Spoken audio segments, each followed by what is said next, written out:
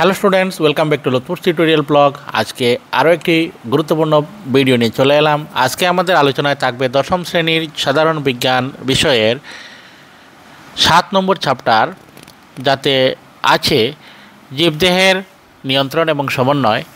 এই অধ্যায়ের বিভিন্ন ধরনের মাল্টিপল চয়েস কোয়েশন আজকের ভিডিও আলোচনা হবে।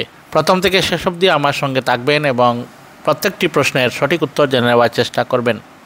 এই ভিডিওটি আসন্ন এইচএসএলসি এক্সামিনেশন এর পরীক্ষার্থীদের জন্য একটি গুরুত্বপূর্ণ ভিডিও, সুতরাং সঙ্গে থাকবেন, সাথে থাকবেন এবং সম্পূর্ণ ভিডিওটি দেখবেন।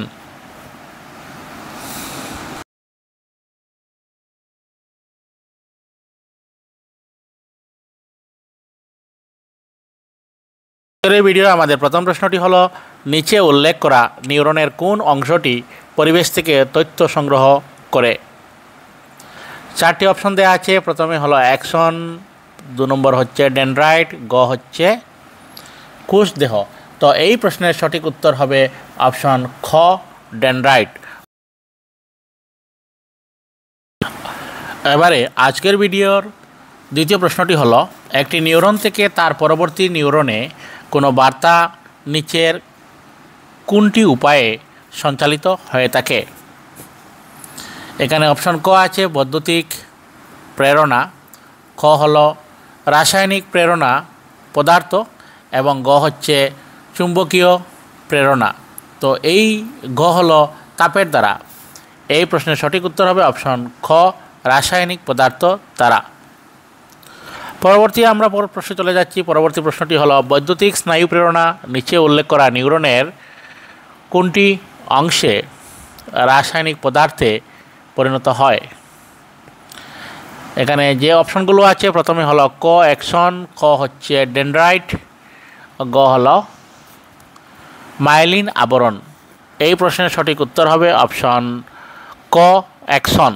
অর্থাৎ অ্যাকশনে বৈদ্যুতিক প্রেরণা রাসায়নিক পদার্থে রূপান্তরিত হয়ে থাকে। এবার আমরা চলে এলাম 4 নম্বর প্রশ্নে, পরিবেশের কোন পরিবর্তনের বিপরীতে আমাদের শরীরে হওয়া তাৎক্ষণিক ক্রিয়া হলো? অপশন ক ঐচ্ছিক ক্রিয়া, ক হলো অনৈচ্ছিক ক্রিয়া, গ হচ্ছে প্রতিপক্রিয়া আর গ হলো স্বতঃস্ফূর্ত ক্রিয়া। তো এই প্রশ্নের সঠিক উত্তর হবে অপশন গ, প্রতিক্রিয়া। পরবর্তী আমরা প্রশ্নে চলে এলাম। 5 নম্বর প্রশ্নে আছে, আমাদের ক্ষুধা লাগলে মুখে লালাকরণ হওয়া ক্রিয়া নিচের কোনটি ক্রিয়ার উদাহরণ হতে পারে? অপশন ক ঐচ্ছিক ক্রিয়া, ক হল অনৈচ্ছিক ক্রিয়া এবং গ হচ্ছে প্রতিক্রিয়া আর গ হল হৃদক্রিয়া। এই প্রশ্নের সঠিক উত্তর হচ্ছে অপশন গ, প্রতিক্রিয়া। 6 নম্বর প্রশ্নটি হলো, নিচের কোন অংশে প্রতিধ্বনু গঠন হয়? এখানে যে অপশনগুলো আছে, ক হলো মস্তিষ্ক, ক হলো মেরুদণ্ড, গ হচ্ছে স্নায়ুরজ্জু। এই প্রশ্নের গ হলো স্নায়ুরজ্জু এবং গ স্নায়ু। এই প্রশ্নের সঠিক উত্তর হলো অপশন গ, স্নায়ুরজ্জু। পরবর্তী প্রশ্নটি হলো, প্রতিক্রিয়া সংগঠিত করার সময় স্নায়ুগুলি যে পথ তৈরি করে তার নাম কি? 4টি অপশন আছে। ক স্নায়ুতন্ত্র, খ হল প্রতিক্রিয়া, গ হচ্ছে প্রতিধ্বনু। এই প্রশ্নের সঠিক উত্তর হলো অপশন গ, প্রতিধ্বনু। অর্থাৎ প্রতিক্রিয়া সংগঠিত হওয়ার সময় যে পথ তৈরি হয় তার নাম হচ্ছে প্রতিধ্বনু। নিচের কোনটি আমাদের শরীরের মুখ্য সমন্বয় সাধনকারী অঙ্গ? ক মস্তিষ্ক, ক হল স্নায়ুরজ্জু, গ হচ্ছে নিউরন। এই প্রশ্নের সঠিক উত্তর হচ্ছে অপশন ক, মস্তিষ্ক। মস্তিষ্ক আমাদের শরীরের মুখ্য সমন্বয়কারী অঙ্গ। পরবর্তী প্রশ্নে চলে এলাম। 9 নম্বর প্রশ্নে লেখা আছে, মস্তিষ্ক এবং স্নায়ুরজ্জু দ্বারা নিচের কোনটি তন্ত্র পরিচালিত হয়ে থাকে? অপশনগুলির মধ্যে ক হলো অন্তঃস্রাবী তন্ত্র, খ হচ্ছে কেন্দ্রীয় স্নায়ুতন্ত্র, গ হলো প্রান্তীয় স্নায়ুতন্ত্র আর গ হচ্ছে স্বয়ংক্রিয় স্নায়ুতন্ত্র। এই প্রশ্নের সঠিক উত্তর হবে অপশন খ কেন্দ্রীয় স্নায়ুতন্ত্র।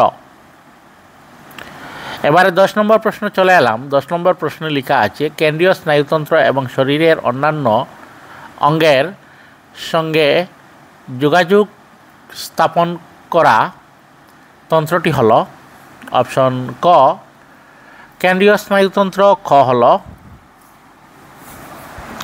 প্রান্তীয় স্নায়ুতন্ত্র, আর গ হচ্ছে অন্তঃস্রাবী তন্ত্র। এই প্রশ্নের সঠিক উত্তর হলো অপশন খ প্রান্তীয় স্নায়ুতন্ত্র। চলে এলাম 11 নম্বর প্রশ্নে। এবার আমরা দেখব এই প্রশ্নে কী লেখা আছে। দুটি নিউরনের মধ্যের খালি জায়গাকে কি বলা হয়?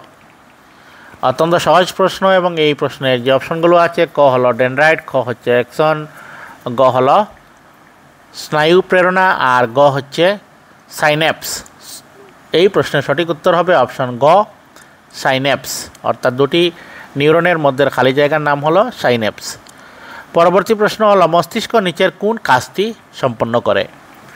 এখানে অপশন ক হলো ভাব এবং চিন্তা করা, খ হলো হৃৎপিণ্ডের স্পন্দন নিয়ন্ত্রণ করা, গ দেহের সমতা রক্ষা করা। এই প্রশ্নের গ হচ্ছে উপরের সব কয়টি।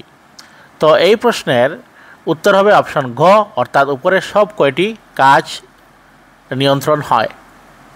পরবর্তী প্রশ্ন হলো নিচের কোনটি মানুষের মস্তিষ্কের মুখ্য চিন্তা করার অংশ? যে অপশনগুলো আছে তার মধ্যে ক হচ্ছে মধ্য মস্তিষ্ক, খ হলো সেরেবেলাম, গ হচ্ছে প্রমস্তিষ্ক। তো এই প্রশ্নের সঠিক উত্তর হচ্ছে অপশন গ প্রমস্তিষ্ক। প্রমস্তিষ্ক দ্বারা মানুষের মস্তিষ্কে মুখ্য চিন্তা করার অংশ চিন্তা করে থাকে। পরবর্তী প্রশ্ন আমাদের মস্তিষ্কের স্পর্শ, গন্ধ, স্বাদ এবং দৃষ্টির সংবেদন গ্রহণ করা অঙ্গটি কোনটি? ক মেডুলা, খ হচ্ছে সেরেবেলাম, গ হল মধ্য মস্তিষ্ক আর গ হচ্ছে প্রমস্তিষ্ক।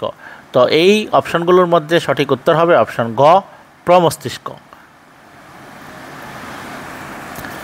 এবারে চলে এলাম 15 নম্বর প্রশ্নে। 15 নম্বর প্রশ্ন হচ্ছে ঐচ্ছিক ক্রিয়া নিয়ন্ত্রণ করা মস্তিষ্কের অংশটি হল ক প্রমস্তিষ্ক, ক হল মধ্য মস্তিষ্ক, গ হচ্ছে পশ্চাৎ মস্তিষ্ক আর গ হল স্নায়ুরজ্জু। এই প্রশ্নের সঠিক উত্তর হবে অপশন ক প্রমস্তিষ্ক, অর্থাৎ প্রমস্তিষ্ক ঐচ্ছিক ক্রিয়াগুলো নিয়ন্ত্রণ করে থাকে।